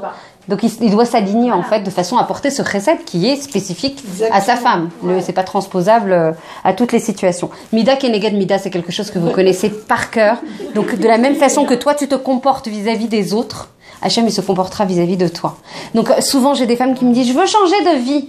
Si tu veux changer de vie et de réalité dans laquelle tu t'inscris, si tu veux changer en fait le monde auquel tu t'appartiens, combien il y en a mitlonénim? J'aime pas ce monde, j'aime pas Israël, c'est pas parfait, je peux pas, il y a plein de choses qui me plaisent pas, la culture, chas shalom, kol tov. Déjà tout est bien ici. Et s'il y a des choses qui sont pas bien, d'accord? Parce que sur le principe, c'est bien, mais bien sûr que rien n'est parfait. Il y a que Hachem qui est parfait. Eh ben, mets-toi en marche, mets-toi en action. T'es là pour bosser, t'es là pour agir, t'es là pour passer tes convictions. Donc, mida keneged mida. Si tu apportes du chesed aux autres, si tu te souris, si tu t'ouvres aux autres, si tu apportes des choses aux autres, tu auras en fait une chazara par rapport à ça. Il y a un effet miroir, mais c'est pas pareil, satisfait ou remboursé. Moi, je valide totalement. C'est évident que tu as la réalité que tu crées qui te revient chazara. Celui qui est makpid, eh ben celui qui va être pointilleux, il va toujours les haïr, toujours il va critiquer, toujours il va être bicorti comme ça, etc. Eh ben ils seront, Amina Shamam, ils seront aussi makpidim. Et les gens autour de lui, ils seront moins allant avec lui, moins apporteur de solutions, avenant, etc. Donc en fait, il faut travailler beaucoup sur cette histoire de Mida Keneged Mida. Si tu veux que ta vie, elle change, si tu veux vraiment apporter quelque chose, un changement qui soit fondamental, intrinsèque et permanent, change-toi, toi. Arrête de vouloir changer ton mari, arrête de vouloir changer tes enfants, change-toi. Et si tu changes par effet de comme tu disais très bien, de contagion vertueuse, alors les autres changeront à tes côtés. Mais souvent, les femmes, elles viennent à Shalom Bayit et font « faut que tu parles, il faut que tu gères ». Je ne vais rien faire avec ton mari. Je ne vais pas lui parler pour l'instant. La construction, elle va se faire déjà vis-à-vis de toi. Arrête de vouloir changer les autres. Il y a un effet miroir au niveau de ton mari. Si toi, tu ressens des choses, c'est que tu as les roulchottes. Il y a un effet miroir par rapport à toi. C'est lui qui t'apporte ta complétude. C'est lui qui est mashlimotach. C'est lui qui va te permettre de te réparer et de grandir. On va travailler beaucoup grâce à Esther sur le Shalom Bayit. Je peux te dire que c'est des costauds ton cours. Mais par rapport à ton mari, même tout. Je te parle de la famille et bien sûr de la suiva plus large. La famille, des fois, j'entends mes parents parler, je me dis ah, ça c'est pas eux quoi. C'est beau quoi. Et voilà, on a parlé de beaucoup de choses. S'il y a des jeunes femmes traditionnalistes qui vont regarder des cours, etc., et qu'elles sont dans des situations où leurs conjoints ils font des fautes, on va dire, parce que quand on est dans le milieu traditionnaliste, ils peuvent passer très vite au milieu goy, hein, des fautes où c'est kitsoni, quoi. C'est kitsoni, c'est irrécupérable par rapport au mari, c'est kitsoni. Est-ce qu'il y a le Nyan du Shalom Bayit qui s'applique? Bien sûr. Le Hachem, il est capable de Shalom. Mais tu as raison, mais Hachem, il est... Si vous dites, c'est un effet miroir, la jeune femme, la peau, elle est à la maison, genre, elle s'occupe de ses enfants, et d'un coup, la personne est partie chercher ailleurs quelque chose parce qu'elle veut se rattacher un peu plus à la gdoucha ou un peu plus de trucs, et ça, c'est vrai, il peut y avoir des femmes qui regardent, alors comment ça se fait? C'est important de comprendre que ça, c'est que le symptôme. Ça, c'est ce que nous voyons. Je suis complètement d'accord, c'est la résultante. Maintenant, c'est la résultante de quoi? C'est quoi le shoresh? La racine, c'est quoi? Quelle est la mida que son attitude à lui déclenche chez elle? Et cette mida-là, qu'est-ce que ça fait rejaillir chez lui?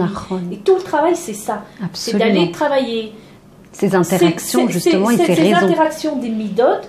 Et le shoresh, c'est surtout ça, tu as raison. Et quand on a travaillé chacun séparément sa mida, c'est clair. C'est clair.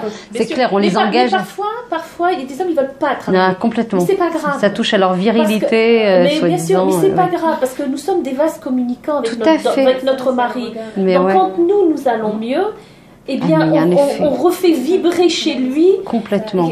On fait plus vibrer chez lui cette souffrance. On fait vibrer chez lui autre chose. Quelque chose de positif. Alors, il ne comprend pas toujours. D'où ça provient. Au début, il ne comprend pas. Et souvent, ça crée parfois des tensions. Mais c'est là qu'il faut travailler avec l'épouse et la calmer. Lui dire ça va passer. Il faut continuer. Et là, on voit qu'au bout d'un moment, paf. Il y a un effet cliqué. Et vraiment, c'est un effet cliqué. Ça switch. Ça ressemble à ce que tu as dit tout à l'heure pour l'arbre. Oui, c'est pas il y a un effet... puisque tous les êtres humains, nous communiquons par nos énergies. Donc, tout ce qu'on se transmet, et le cerveau, il comprend que ça. Et Kalva Chomer avec son mari. Et encore plus avec son mari. Kalva Chomer avec son mari, dont on est la moitié. Donc, forcément, si nous, on va mieux, et forcément, il y a un effet. Mais ta question, elle est hyper importante. Il faut savoir qu'en fait, que ce qui prédomine... Des amis, par traditionnalistes, etc., même des mishpacha, etc., et ils voient, oui... miroir, ça peut c'est pourtant la c'est pourtant la je comprends tout à fait, c'est peut-être une présentation qui peut choquer, mais c'est pourtant la réalité. Mais par contre tout à fait. Par contre, par rapport à la priorité qui est donnée, si Hachem il est capable d'effacer son nom pour permettre le shalom, c'est le shalom qui va prédominer au-delà de tout. Tout à fait. D'accord? Donc c'est vraiment l'essentiel, la priorité absolue. C'est-à-dire que si ça doit mettre à mal le shalom, s'il existe, parce que je ne sais pas si dans ce type de situation il perdure, dans tous les cas, sans mécanisme d'exception, c'est le shalom qui va prédominer. Donc ça, c'est quelque chose d'essentiel et souvent, on le malmène, ce shalom. Or, c'est le plus grand Keli Kiboul de Shefa dans une maison et de Shmira c'est le shalom. Au-delà de tout, au-delà de ta avodat Hashem, t'avances avant, t'avances plus tard, t'es dans le même rythme. On en est où? C'est beaucoup le shalom bayit. C'est pour ça que quand il y a des femmes qui Nachon, en safek lezé. Alors c'est quoi? On va travailler vraiment. Je crois qu'on a presque. Quelle heure il est là? Parce qu'on s'exprime, Baruch Hashem, et c'est le but de ces ateliers. Alors c'est quoi l'ishbor et amidot? Parce que c'est ça qu'il a dit le Gaon de Vilna. On est là, l'ishbor et amidot raot. Adam, il est là dans ce monde que pour briser ces midot raot. Alors c'est quoi briser? C'est annuler les midot? Non. Encore une fois, on va travailler sur la zrima de la mida. C'est quoi la zrima? C'est l'influx en fait de la mida en termes de kamut, c'est-à-dire la quantité, en termes de kivun, comment on va l'orienter, en termes de rythme, comment elle va avoir, quel ketsef elle va avoir, et en termes de éroute. Donc ça, c'est le Gaon de Vilna qui dit, pour avoir un izoun des midot qui soit mutzlach, parce que c'est ça la cible, c'est ça l'objectif, c'est de travailler sur des midot équilibrés, mais uzanot, quoi.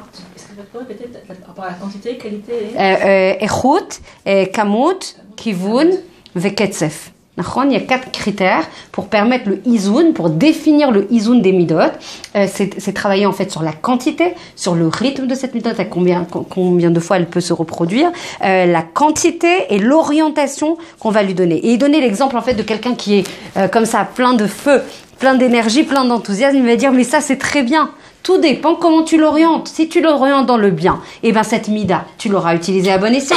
Mais si tu l'orientes dans le mal, en termes de quantité, t'as pas donné la bonne mesure, ben on va être à côté. Et donc du coup, tu vas être, c'est cette mida qui va être sholetet alecha. Et donc tu vas pas être dans ta vie amitite. C'est la mida qui va diriger ta vie. C'est pas toi qui va diriger cette mida, c'est l'inverse en fait. Tu vas avoir une shlita inversée par la mida sur ta vie, donc tu ne vas pas te réaliser, grandir et te permettre ta réalisation. Donc il y a 2 façons, on va travailler sur 2 shittot vraiment de manière synthétique, on y reviendra plus tard quand on passera les midot en revue. 2 façons de se purifier, une shita du Rambam, une shita du Baal Shem Tov. Une shita du Rambam qui va dire aucun n'est bon, c'est-à-dire les 2 quêtes, j'en veux pas. Ça veut dire si une mida elle est là, après on va travailler de manière plus subtile la gava, on a besoin d'aller des fois sur le ket, sur la nava aussi, et sur le kaas, mais ça on y viendra dans les midot. En tout cas les 2 quêtes, les 2 extrêmes, ça va pas au Rambam du tout. Que son mérite, Zacher Tzadik Kadosh Libracha, que son mérite puisse nous protéger. Et comme je vous le disais en introduction, il dit que chaque midara c'est considéré comme un cholé nefesh, tellement c'est préjudiciable. Tellement c'est préjudiciable, il dit comment on peut passer à côté de pas réparer ces midot, tellement ça nous porte des préjudices à soi en premier et à sa sviva, blissafek, que ça soit au niveau de nos enfants ou que ça soit au niveau de nos shorashim. Tu m'as scotché, j'ai adoré ce que tu as dit sur le fait que ça remonte de manière vertueuse plus haut. J'adore, ça nous responsabilise encore plus. C'est trop beau, c'est encore plus fort.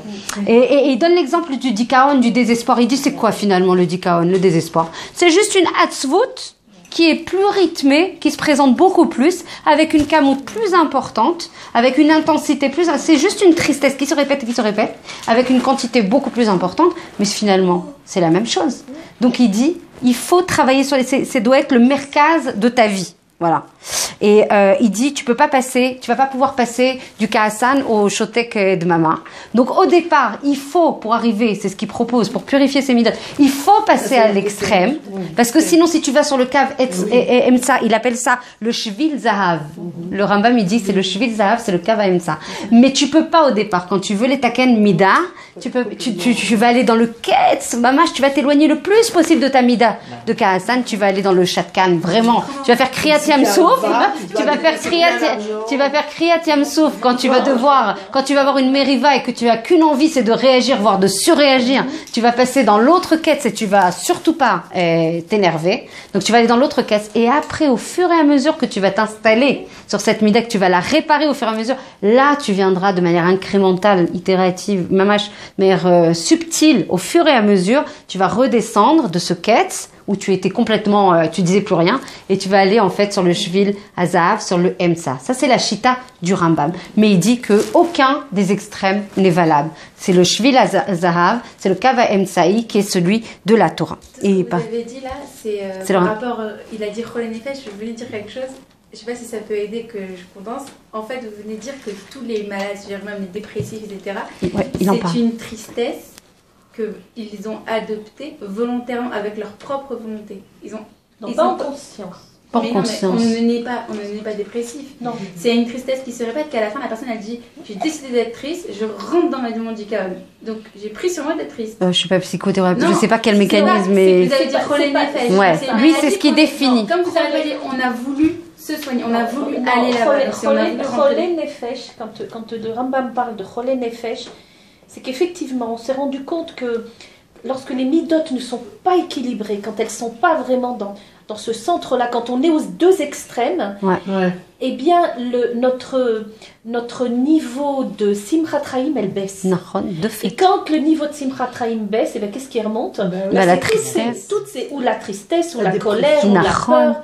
Et dès que la tristesse monte, et que pour peu qu'on soit dans un environnement où on se sente abandonné, où on se sent remis en question, etc., eh bien, à force de le vivre et de le vivre et de le vivre, bah oui, il y a un effet de répétition qui devient constitutif de nous. Ça crée une identité. Exactement. Ça crée et là, une identité. On dit, tiens, les dépressifs,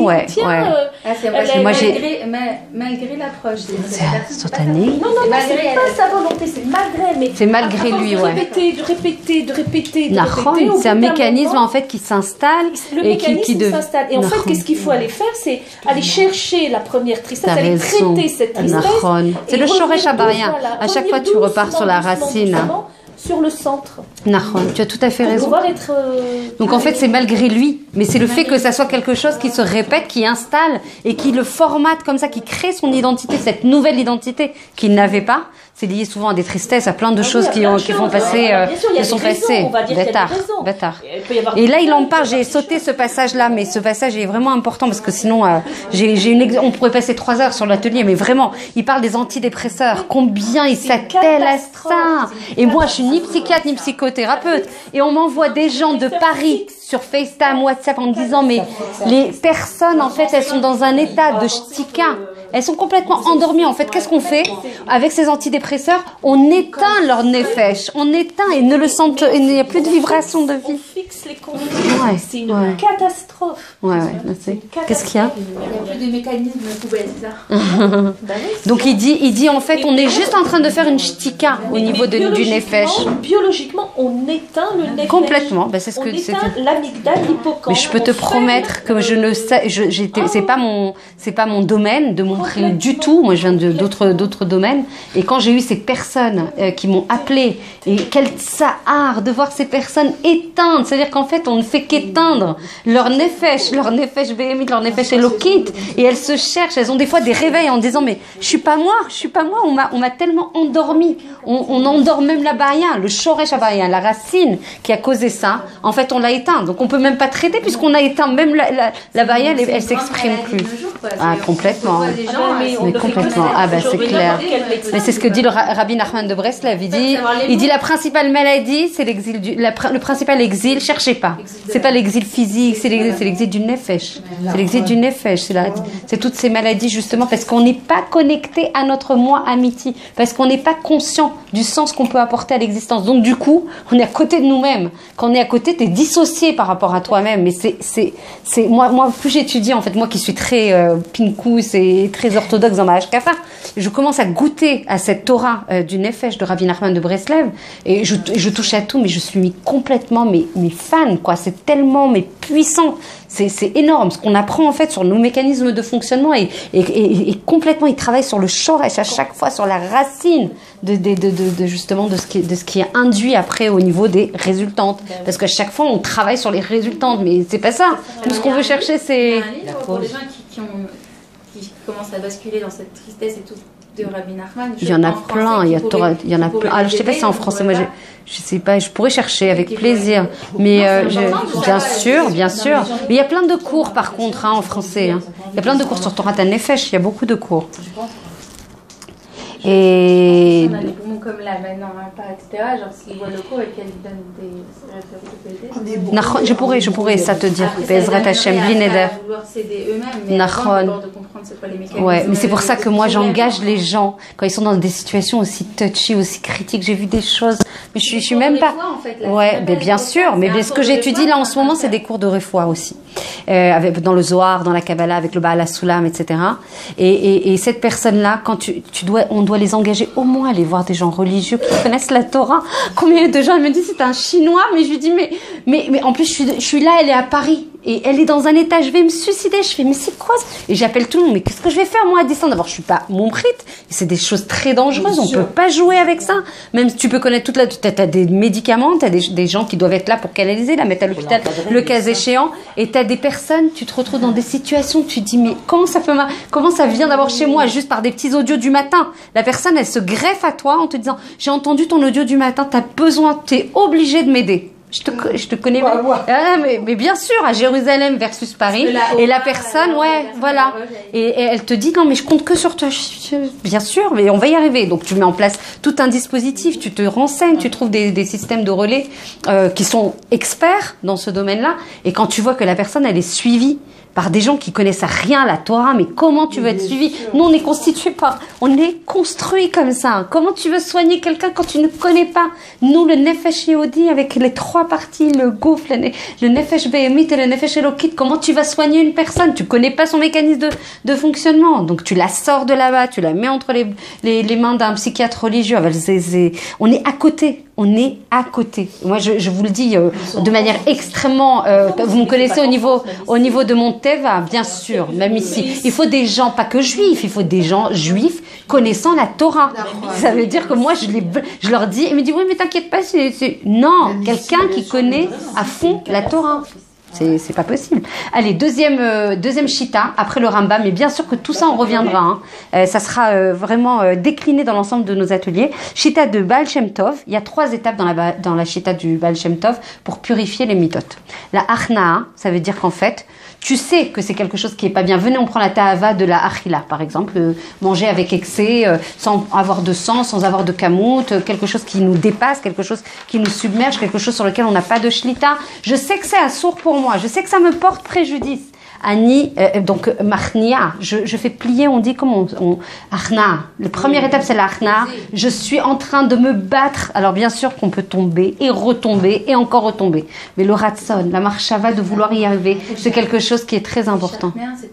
Non, les shachnia c'est influencer, convaincre. Là c'est achna, c'est les achnia. C'est machou acher, c'est pas les shachnia, c'est autre chose. Achna c'est faire plier quelque chose. Nachon, je sais pas comment on traduit. Faire plier quelque chose. L'achna, même quand on se prosterne aussi, ça peut être ça. Donc faire plier cette mida qui est l'ishborota, de la détruire, d'accord, encore une fois, de la briser. Encore une fois, c'est une question. Il faut juste qu'on joue bien sur les mots et sur le vocable, c'est un izoun qu'on cherche.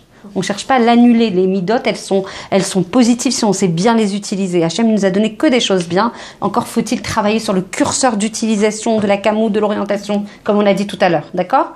Donc en fait, la achnaa, tu vas faire une milchama contre cette ta'ava. Ce ta'ava, et tu vas faire beaucoup de ma'amatsim kede l'achnia ota, pour la faire pencher. D'accord? Donc c'est une avoda. C'est l'otaloui bazman noa. Ça dépend pas. C'est le Baal Shem Tov. C'est l'otaloui bazman. On sait pas combien de temps on va passer à faire cette milchama. Aval tzarich le'atrilota, puisqu'on nous attend là-dessus. On va pas se dire, parce que je sais pas combien de temps ça va me prendre. Ça va me prendre peut-être trop de temps. J'y vais pas. Non, t'es attendu. C'est sur ça qu'on va Adam Nimdad.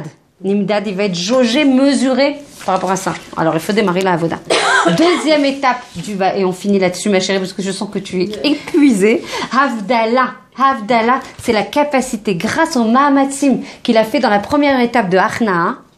Dans la Havdalah, il va pouvoir avoir la possibilité, les Havdil, ben or la chosher, ben tov la ra. Donc en fait, dans la première étape, il voyait pas que ça lui portait préjudice. Il savait pas. Il pensait que ça va, je mange un truc et je pense à ça tout le temps, ou je sais pas quel autre ta'ava on peut penser, peut-être la cigarette par excès, je sais pas. Quelle que soit la ta'ava qui peut nous être associée, là il a la possibilité dans cette deuxième étape, les Havdil, d'arriver à faire le birour, d'arriver à sélectionner entre le bien et le mal, entre la lumière et l'obscurité. Il sait que ça lui fait du mal. Donc du coup, il arrive à se détacher de manière beaucoup plus installée, de manière beaucoup plus, comment on peut dire, il a plus de merrak, il a plus de capacité à l'ishlot, à décider de manière convaincue, de manière rationnelle et cartésienne, que non, c'était pas bien. Alors que dans la première étape, il n'était pas, c'est bilboul, c'était confus. Il savait pas vraiment que ça lui portait préjudice. Il savait que c'était assour, alors il s'est lancé dans cette milchama. Il ne savait pas les nezakim, les préjudices que ça lui causait. Là, grâce au Mahamatzim, Hachem, il lui accorde la Siyata Dishmaya. Il lui apporte le da'at et lui dit, comme tu as fait beaucoup d'efforts dans sa milchama qui t'a coûté parce que t'es tombé et t'es remonté. Et encore, je suis tombée dans cette mida de casse et encore, je suis remontée. Et ben, grâce à ces Mahamatzim, je vais t'apporter du da'at, je vais t'apporter de la capacité à faire le birour, la sélection entre le bien et le mal. Et du coup, grâce à ces efforts, il arrive à s'en extirper de manière beaucoup plus installée. Et le signe, dit le Baal Shem Tov, pour savoir si une mida, elle a été réparée quand même, il nous faut des signes, hein. On a réparé ou on n'a pas réparé? Eh ben oui, hein. En fait, il faut qu'on ait quand même quelque chose de tangible et qu'on sache. Eh ben, le Baal Shem Tov, il confirme, tu sais que tu as réparé une mida quand tu t'en éloignes au maximum. Quand Zemagil, quand ça te dégoûte, quand tu te dis, c'est pas possible que j'ai pu faire ça. Erzeyachol, que moi je suis tombée dans ça. Et quand tu t'extrais très fort, de manière kitsonite, t'as l'orot salingoa, tu veux plus jamais toucher à ça. C'est ma chou, ça te révolte d'avoir pu tomber dans cette mida-là. Et ben là, t'as le signe le plus concret, le plus tangible que t'as réparé. Le troisième, comme la shonara, tellement on parlait de Kelly qui est capable de les roses à ta chef, parce que il tombait, mais il pouvait être à partir et se disperser. Je sais même plus comment on dit maintenant en français. Alors, les roses, et il se disperse, c'est beaucoup le lachonara et la tsniout et la sinatrinam. C'est les trois gormim qui enlèvent qui permet pas au Kelly d'être mouchlam et de recevoir ce shefa. Et donc en fait il donne l'exemple du lachonara, dès qu'il entend, quand la personne elle commence, il est sorti de ça et il entend un mot de lachonara, c'est épidermique, il peut pas supporter. Et là il sait qu'il a réparé cette mida. C'est un signe extrêmement concret et tangible que là il a réussi en fait à dépasser ça. Et le troisième shlav, la troisième étape pour purifier les midot, la hamtaka. Une fois qu'il a fait la achna, il a fait la havdalah, il fait la hamtaka. La hamtaka, il peut manger un truc sans problème. La hamtaka, c'est comme hamtaka tadim, c'est la douceur là. Ça y est, on est arrivé dans quelque chose de plus doux, de plus mesuré. Il peut très bien profiter de sa cigarette. Non, je veux pas dire ça. Pas de cigarette. Donc d'un morceau de chocolat parce qu'il veut, ou d'une glida, ou je sais pas si on était sur la tavata akrila, sans problème. C'est un ta'anouk pour Shabbat. C'est mesuré, c'est orienté comme il faut. C'est avec le ketsef qu'il faut, c'est avec la échoute qu'il faut, avec la qualité qu'il faut. Donc en fait, où Cholet Elzé s'est installé comme quelque chose qui est me'ouzan, quelque chose qui est équilibré, quelque chose en fait qui le remplit de quelque chose qui apporte du sens. C'est lui qui est Cholet. Moi, je décide quand est-ce que je prends ce morceau de chocolat et cette glida avec la mesure que je veux pour me faire plaisir. Hamtaka, achna, havdala, hamtaka. Mais autre chachou qu'on puisse avoir le zérout, Be'ezrat Hashem, un dernier niveau vraiment, parce que tant qu'à faire, on est des immenses femmes, donc on parle du dernier niveau en 3 secondes chrono. Il y a un niveau qui permet de purifier les midot encore plus fort, encore plus haut, encore plus intense, c'est d'étudier la Torah Lishma. La Torah Lishma avec une kamout, avec beaucoup de kamout, avec beaucoup de quantité. Il y a très peu qui arrivent à l'iskot alzé. Je pouvais pas vous ouvrir de nouvelles perspectives et ne pas vous le dire. On peut purifier ces midot avec des niveaux très hauts, qui est d'apprendre la Torah Lishma, vraiment pour ça, pas pour un gnien de kavod, pas pour faire le ratson d'Hachem, pour lui causer du ta'anouk, les Shem Shamaï, pour Hachem.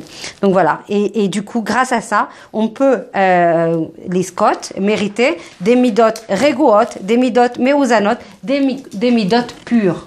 Grâce à ça. Voilà. J'espère que on a réussi à, voilà, j'ai pas tout dit. Toda, merci à vous, hein, vous avez été fantastiques. J'ai adoré. La contribution était trop belle.